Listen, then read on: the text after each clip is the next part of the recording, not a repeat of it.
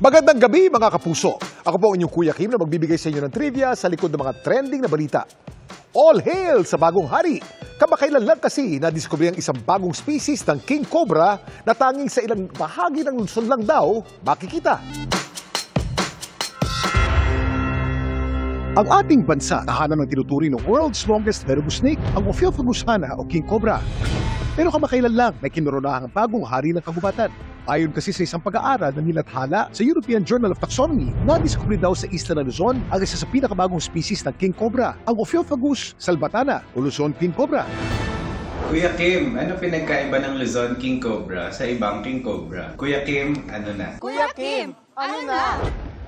Ang kakadiskubre lang na Luzon king cobra, endemic o tanging sa Luzon lamang makikita. Malalaki ang mga ito, maaaring humaba ng hanggang 10 feet at 11 inches. Di tulad ng kilala nating king cobra na makikita rin sa ibang bansa sa Asia, ang Luzon king cobra mas naro o makitid ang ulo, mas light ang kulay nito at mas konti ang band sa kanilang katawan. Yung mga king cobras natin sa Pilipinas, they are a bit smaller compared to yung mga king cobras sa Southeast Asia. Yung banding is one of the most distinct features ng king cobra. Sa salvatana, hindi siya ganun kahalata. Mas maliit din yung ulo niya, which means they also have yung smaller exoskeleton sa ulo. Ang pagkakadiskubre sa Luzon king cobra, napakalaga. Malalaman natin kung gaano ka-rare at ka-fragile din yung biodiversity natin. Now, alam natin na super endemic siya, meaning na dito lang siya sa Pilipinas, hindi din sa buong Luzon, parts of Luzon lang siya nakikita. We have to reevaluate yung IUCN status niya. Umaasa naman ang mga eksperto ng discovery na ito makakatulong sa conservation ng mga king cobra species. Lalo't ayon sa IUCN, vulnerable na ang king cobra. Vulnerable is the classification before endangered. In general, onti na lang talaga sila. It's possible na kung mas onti pa nga doon yung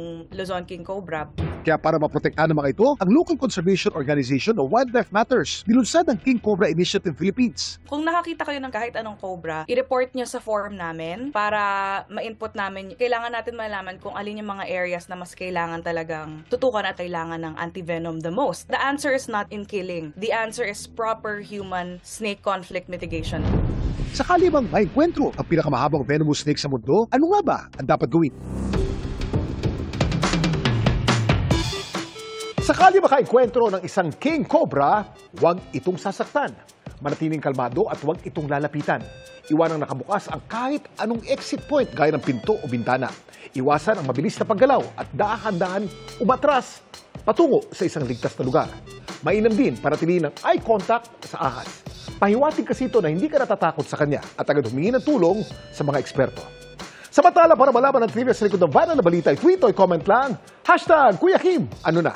Laging tandaan, kimportante ang may alam. Ako po si Kuya Kim at sagot ko kayo 24 oras.